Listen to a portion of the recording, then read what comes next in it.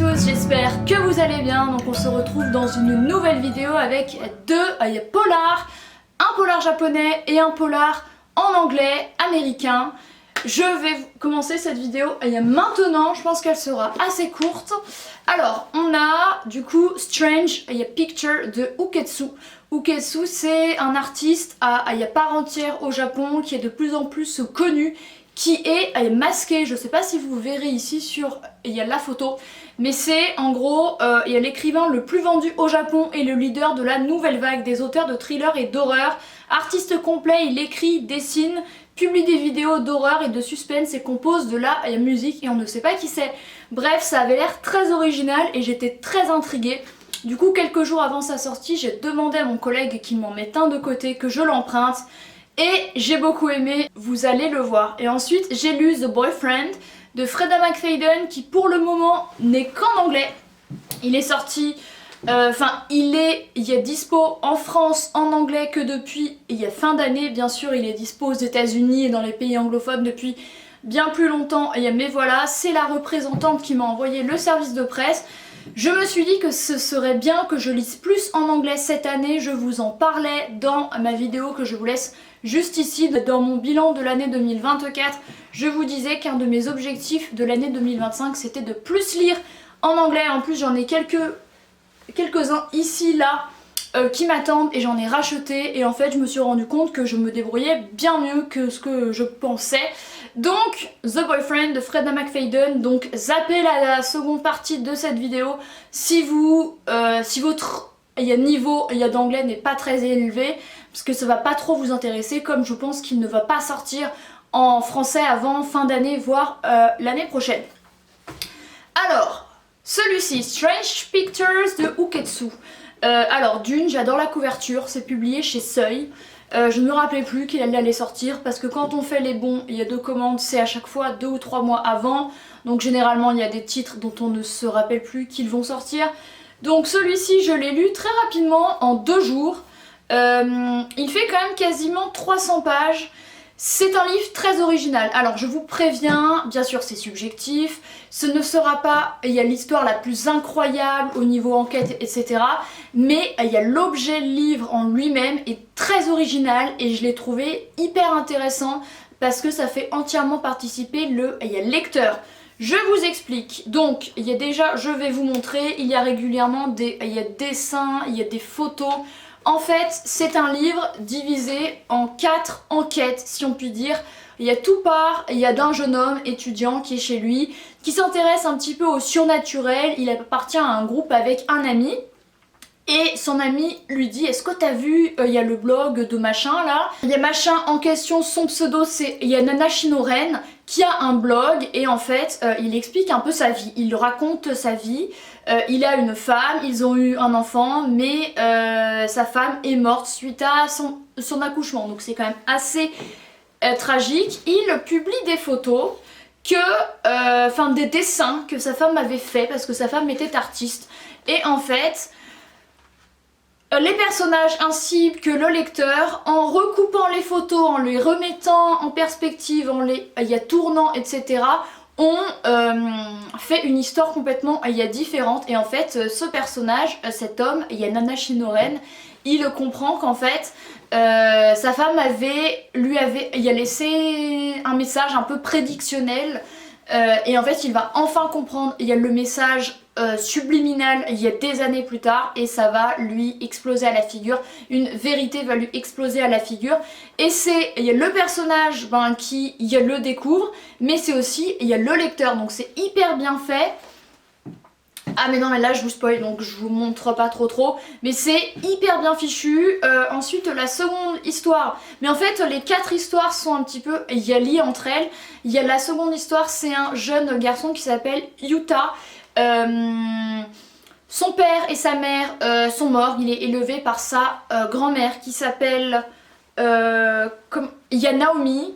Et en fait un jour à l'école sa maîtresse est inquiète parce que pour la fête il y a des mères, il dessine sa mère et lui, donc celle qu'il appelle sa mère mais en fait c'est sa grand-mère, et lui il y a devant un immeuble et il fait une tache grise étrange à l'endroit où ils vivent. Et la maîtresse est inquiète parce que ça paraît un petit peu bizarre. Et en fait, elle va percer, il y a le mystère de cette tâche et va en découvrir plus sur cette famille-là. Ensuite, on a un professeur d'art plastique qui est retrouvé, il est mort en haut d'une montagne. Et c'est un jeune journaliste qui aimerait bien être journaliste à part entière, sauf qu'il est relégué à des petits trucs un petit peu relous. Et qui va enquêter sur cette affaire parce que c'était son prof. Et il va interroger une prof, une jeune femme qui était avec lui au lycée et qui est devenue prof, et il va percer également ce mystère. Et à chaque fois c'est avec des schémas, c'est hyper bien fichu, c'est très très très original. Et la dernière partie, c'est l'arbre qui quitte, qui abrite un moineau avec un autre dessin, hein. Il y en a plein dans ce roman. Et on va en savoir plus sur la fameuse Naomi, donc la grand-mère qui est liée au personnage de la première histoire. Bref, c'est hyper bien fichu parce que ça fait complètement participer le lecteur à la résolution, il y a des affaires, c'est bien trouvé, franchement il y a des trucs que j'ai pas trouvé. Je crois que j'avais rien découvert seul. Franchement, je trouve ça génial pour le principe de participation à l'enquête et tout, je vous le conseille vivement. Franchement, rien que pour le format, pour l'originalité de l'histoire, je lui mettrais, je pense, facilement un 9 sur 10 et il coûte 19,90 €. Et le second roman de cette vidéo, qui est également un thriller, en anglais il y a du coup, de Freda McFadden, donc il y a l'autrice de la trilogie de La Femme, il y a Deux ménages et de La Psy, il y a pour l'instant c'est les 4 en français qui sont sortis, et j'avais fortement envie de lire lui, d'une pour me replonger dans la lecture en anglais, pour y maintenir et progresser en anglais, et également parce que fin de semaine je vous filme une vidéo entière sur Freda McFadden. Ça fait hyper longtemps que je ne vous ai pas proposé une vidéo focus sur un auteur et ça me manque, il y a pas mal. Je me suis dit que ça pouvait être cool, du coup j'en ai profité pour lire celui-ci, mon premier livre en anglais de cette année 2025 que j'ai lu en même pas 48 heures, donc je suis hyper contente. Je l'ai commencé dans une librairie anglophone à Lyon qui s'appelle The Damn Fine Bookstore. Je vous le conseille vivement, dans le 7e. Trop bien. Et je l'ai continué ensuite dans un autre café sur les pentes de la Croix-Rouge. Si vous voulez, je vous laisserai leurs Insta en barre d'infos pour celles et ceux qui habitent à Lyon ou qui vont aller y faire un tour. Alors, celui-ci, j'ai trouvé que contrairement à la saga de La Femme, il y a Deux ménages où ça a été beaucoup critiqué comme étant très mal écrit. Je confirme, le 3 m'a explosé aux yeux, comme quoi, à quel point, comme quoi c'était hyper mal écrit, mais ça je le dirai dans ma vidéo également. Et ben celui-ci, franchement, c'est écrit de façon, tout à fait, normal en anglais. Ce n'est pas un niveau très élevé. Si vous avez un niveau B1, B2, je pense que ça vaut le coup que vous le lisiez, et franchement j'ai adoré, il est vraiment très cool, même si on se doute de la finalité de l'histoire quant au moment présent, parce qu'en fait c'est un livre qui est découpé en une alternance de récits et d'époques. Ça c'est un truc qui revient énormément chez l'autrice. En gros, on a un moment passé, donc 20 ans auparavant, par rapport à l'histoire du présent. Ensuite du coup il y a Tom, Slug, il y a Daisy et Allison, entre autres, qui sont des lycéens, il y a 17 ans, ils vivent je ne sais plus où. Il y a Tom, c'est notre personnage principal, il est très grand, beau garçon, et il est amoureux, depuis des années de Daisy Driscoll, une jolie blonde au teint diaphane. Il n'ose, pas vraiment lui avouer ses sentiments, mais elle va lui faire comprendre qu'elle aussi, elle l'aime bien. Donc c'est plutôt bien pour les deux. Le père de Daisy et policier, donc Tom va un petit peu flipper. Son meilleur ami s'appelle Slug, comme bug, qui veut dire un insecte, et en fait il aime bien manger les insectes. Donc c'est un jeune homme un petit peu spécial qui, contrairement à Tom, ne ressemble pas à n'est pas très beau quoi. Et Allison, c'est la meilleure amie de Daisy, qui trouve que Tom et Slug sont vraiment bizarres et encourage Tom à rompre avec Daisy, sauf qu'il n'en est pas question pour le jeune homme.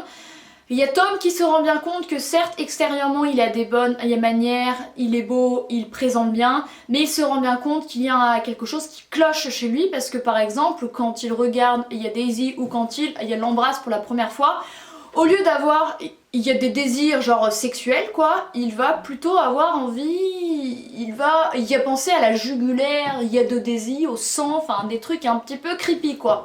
Donc il y a donc voilà, on a cette histoire-ci dans le il y a passé, il faut savoir que le père de il y a Tom est violent et un homme qui boit, qui frappe sa femme, bref c'est une ordure de première qu'il faudrait foutre au trou. On verra ce qu'il va se passer, je ne vais pas vous spoiler, mais il y a Tom et Slug vont faire des trucs un petit peu pas très bien. Voilà. Et dans le moment présent, on a Sydney qui a 34 ans, qui vit à Manhattan dans un tout petit appartement, comme c'est souvent il y a le cas à New York parce que c'est très cher. Elle vit dans un immeuble où vit également une femme qui s'appelle Bonnie. C'est une de ses très bonnes amies. Donc elles sont amies, il y a deux avec une troisième femme qui s'appelle Gretchen. Elles sont toutes les trois dans un club de yoga. Donc elles se sont rencontrées là-bas. Gretchen est en couple avec Randy, le propriétaire si j'ai bien compris de l'immeuble.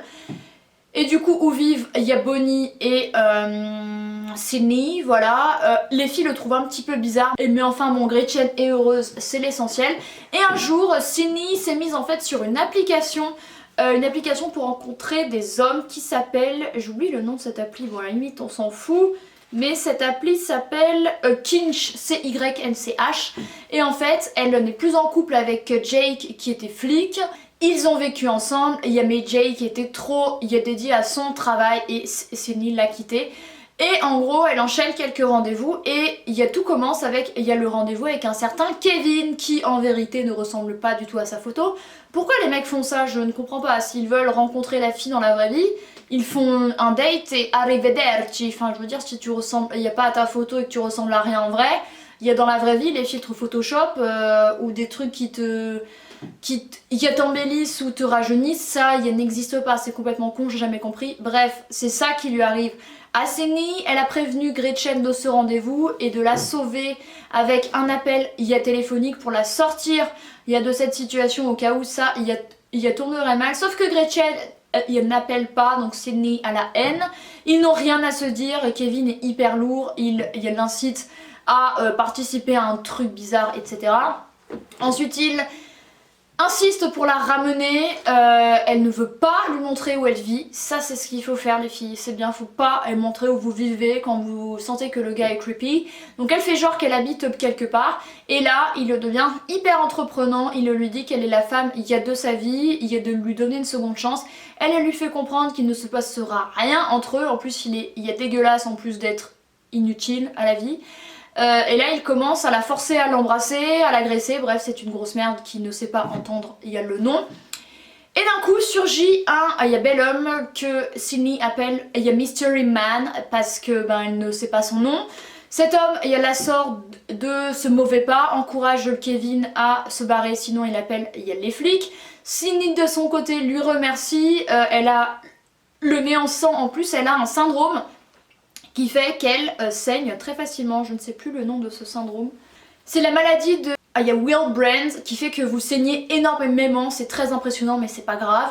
Et elle repart chez elle, un peu triste de ne pas avoir chopé les coordonnées de ce Mystery Man.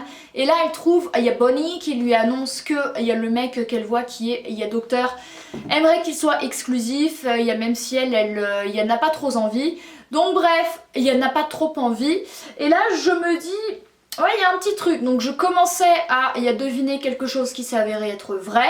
Ensuite il arrive un drame à Bonnie et ça va être concernant ce drame, trouver le coupable. Du coup Jake, l'ex de Sydney va revenir dans le décor comme il est flic.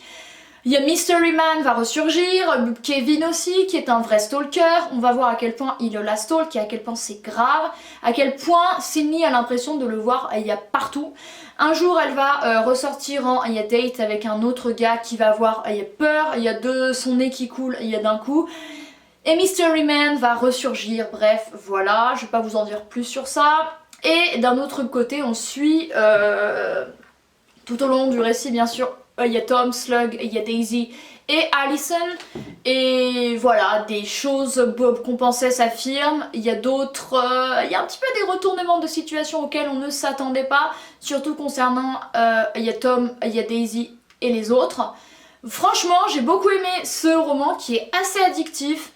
C'est vraiment cool, vraiment j'ai hâte qu'il sorte en français, par contre j'espère qu'il sera bien traduit s'il vous plaît, parce que en tout cas en anglais ça ne m'a pas choqué, comme quoi il y a mal écrit, et puis en plus je trouve qu'il y a l'anglais, comment dire, c'est bien, je sais pas comment je vais dire ça, il n'y a pas que ça fasse, il y a péjoratif, mais en gros, il y a l'anglais, c'est écrit de façon bien plus simple je trouve que le français, où en français on a beaucoup plus de synonymes. On peut bien plus faire il y a tournures de phrases un petit peu stylées, un petit peu soutenues. En anglais, je trouve que c'est bien plus difficile, peut-être que je me trompe, mais je ne pense pas. Donc voilà, vraiment The Boyfriend de Freda McFadden, si vous avez quand même il y a un niveau suffisant en anglais, je vous le conseille vivement, parce que c'est tout le questionnement de est-ce que la personne Bob qu'on a en face est vraiment celle qu'elle prétend être, est-ce que ce mec est parfait, est-ce qu'il est aussi bien qu'il en a l'air, et des retournements de situation. Franchement je lui mettrais facilement un 9, 9,5 sur 10. Et ben écoutez, voilà, c'en est tout pour cette vidéo il y a 2 polars étrangers, j'espère qu'elle vous aura plu, celui-ci en français, celui-ci en anglais. Franchement, 2 très bonnes lectures que j'ai adoré faire, que je vous conseille vivement. Merci d'avoir regardé cette vidéo, j'espère qu'elle vous aura plu, peut-être un peu frustrant pour le second parce qu'il est en anglais, mais j'avais envie de vous le montrer parce que je l'ai lu et pour vous montrer que je me tiens à mes objectifs, donc c'est cool. Merci d'avoir regardé cette vidéo, n'hésitez pas à lui mettre un pouce en l'air et à vous abonner, ça me fait toujours hyper plaisir de vous voir plus nombreux et nombreuses par ici. Merci d'avoir regardé cette vidéo et moi comme d'hab je vous retrouve sur Instagram, il y a mon blog et très bientôt et par ici. Bye.